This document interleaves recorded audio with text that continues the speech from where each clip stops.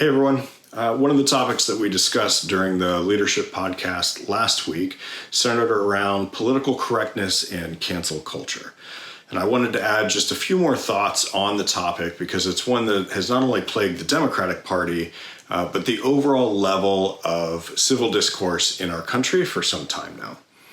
Now, the Democrats have long considered ourselves to be the big tent party, mostly because we have historically been the party most welcoming to minorities and people from all walks of life, while the Republican Party has been stereotyped as the party of rich, white, old men. Recently, however, the Democrats have struggled with living up to that big tent reputation. Our party consists of so many different political principles, ideals, and interests, and over time we have found ourselves trying to hide our differences rather than seeking to embrace them.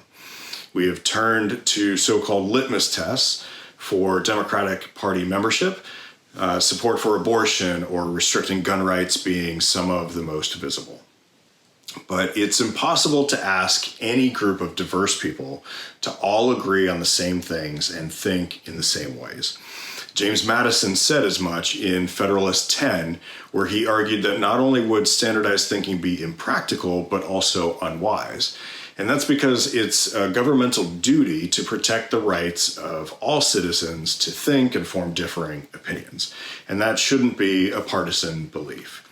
Now, I used to teach political science at the Air Force Academy, and in the academic world, we would call this intellectual pluralism. But to the rest of America, it's just called not being an asshole. And yes, both parties these days seem like they're the party of assholes to the other side.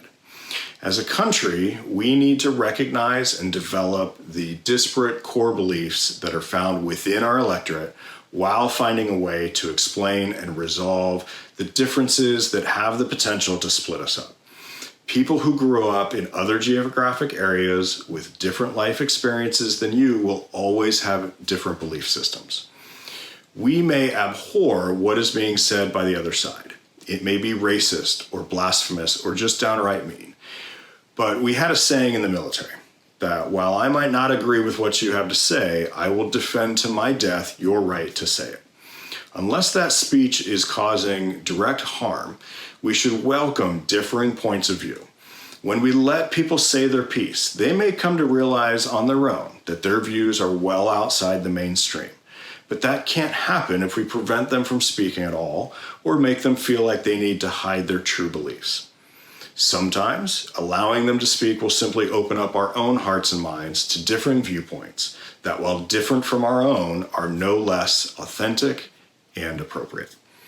And on that note, I'll say Merry Christmas to all of you who celebrate, Happy Holidays to those who don't, and here's to good health and a better political climate in the new year.